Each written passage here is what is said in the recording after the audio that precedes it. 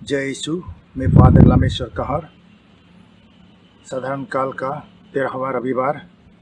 पहला पठन प्रज्ञा ग्रंथ 1 अध्याय 13 से 15, 2 अध्याय 23 से 24, साम संगीत 30 अध्याय 2 पद 4 से 6, 11 से 13 तक, और दूसरा पाठ 2 करिन्थ 8 अध्याय 7, 9 और 13 से 15 तक, और सुसमाचार मार्क 5 अध्याय 21 से 43 तक।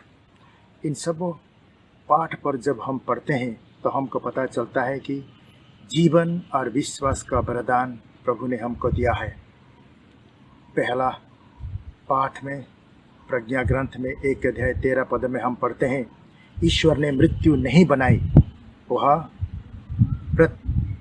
प्राणियों की मृत्यु से प्रसन्न नहीं हुआ। और उसी तरह प्रज्ञा ग्रंथ 2 अध्याय 23 पद में हम पढ़ते हैं, ईश्वर ने मनुष्य को अमर बनाया,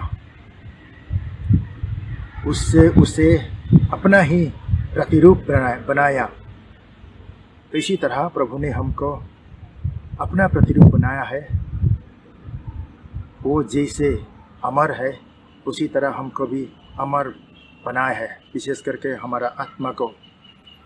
लेकिन क्यों इस पृथ्वी पर मृत्यु आई? तो उसी के कारण हम मर जाते हैं। तो उसी का विषय प्रज्ञा ग्रंथ 2 अध्याय 24 में हमको बताते हैं, शैतान की ईर्ष्या के कारण ही मृत्यु संसार में आई। जो लोग शैतान के साथ देते हैं वे अवश्य ही मृत्यु का शिकार होते हैं। तो ये है शैतान की ईर्ष्या से इस पृथ्वी पर मृत्यु आई। हमारे इच्छा के नाते हम जब पाप करते हैं तब पाप की वेतन मृत्यु है। तो इसी तरह हमारे पाप के नाते और शैतान की ईर्ष्या के नाते इस पृथ्वी पर मृत्यु आई है। लेकिन आत्मा अमर है। तो उसी आत्मा अमर है, उसी का प्रमाण हम पाते हैं। उसी की 7 प्रमाण है। पहला प्रमाण है बुद्धि में अमूर्तता की शक्ति है। दूसरा, आत्मा उन वास्तविकता के विचार बनाती है जो अभौतिक है। तीसरा, इच्छा अभौतिक वस्तुओं के प्रयास करती है। चौथा, बुद्धि अपने जानने के कार्य पर प्रतिबिंबित कर सकती है। पांचवा, मनुष्य हमेशा के लिए जीने की स्वाभाविकता इच्छा होती है। छठवां, सदियों और सदियों से अधिक मानव जाति की गवाही है। और सातवां, नैतिक कानून का अस्तित्व इस पृथ्वी पर है, हमारे अंदर है। तो ये 7 चीज हमको बताती है कि जैसा कार्य है उसी तरह उसी कार्य के नाते हम उसी चीज़ों को पहचानते हैं। तो ये सब आध्यात्मिक कार्य है। सो उसी कार्य के नाते हम आत्मा को समझते हैं कि ये अमर है।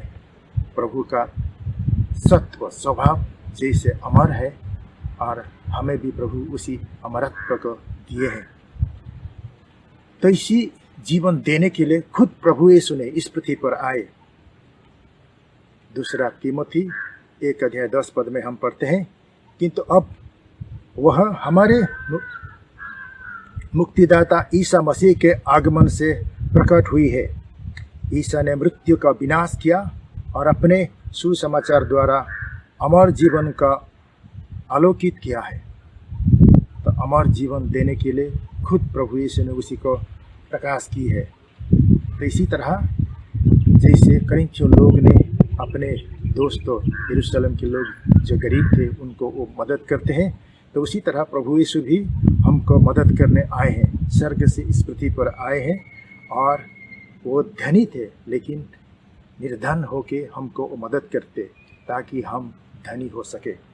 इसी को हम पढ़ते हैं 2 करिन्थियों 8 अध्याय 9 पद में, आप लोग हमारे प्रभु ईसा मसीह की उदारता जानते हैं। वह धनी थे किंतु आप लोग के कारण निर्धन बन गए, जिसमें आप उनकी निर्धनता द्वारा धनी बन जाएं।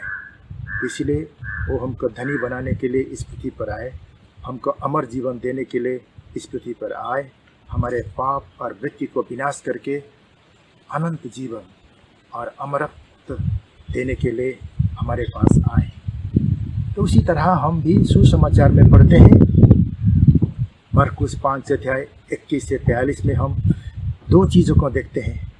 एक साधारण नारी जो 12 साल रक्तस्राव रोग में बीमार थी, पीड़िता थी, वही चंगा होती है। और उसके बाद जायरुस की 12 वर्ष की लड़की वो मर चुकी थी, लेकिन प्रभु ने उसको जीवित किया है। तो ये दोनों चीज़ को हम देखते हैं। तो इसी दोनों के बीच में हम देखते हैं कि हमारे विश्वास को प्रभु ने वरदान दिया है। तो पहला वरदान होता है कि साधारण विश्वास, जैसे यहूदी लोग ने विश्वास किया, प्रभु यीशु को विश्वास किए थे वो लोग, और ही सभागृह की नेता पर उनका विश्वास था, और अनंत जीवन पर उनका इतना विश्वास नहीं था, खुद साधारण विश्वास उनका था। और दूसरा तरह विश्वास हम देखते हैं, वही रक्तस्राव पीड़िता स्त्री की, वो मन से मन ही कहती थी कि जब मैं प्रभु की कपड़ा छूं तो मैं चंगा हो जाऊंगा। तो उसी विश्वास के साथ वो आती है और प्रभु के कपड़ा छूती है और उसकी रक्तस्राव रोग चंगा हो जाती है। तो प्रभु बोलते हैं, मेरा कपड़ा कौन छुआ?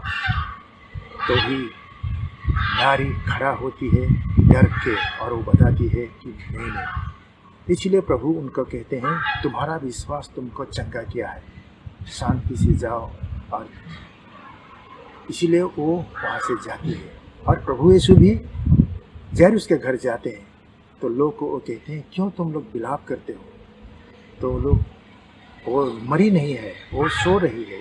इसलिए प्रभु का विश्वास वो लोग नहीं करते। इसलिए प्रभु यीशु उनके तीनों शिष्यों और लड़की की पिता माता को घर ले जाते हैं, और लड़की को पकड़ के वो कहते हैं, तलिता कुम, बेटी उठ जाओ। तो उसी क्षण वो उठ जाती है और चलती फिरती है।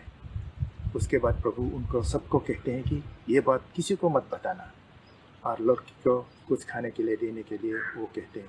तो इसी तरह प्रभु यीशु ने हमको जो जीवन की वरदान देते हैं, उसी के साथ साथ भी हमको विश्वास की वरदान देते हैं।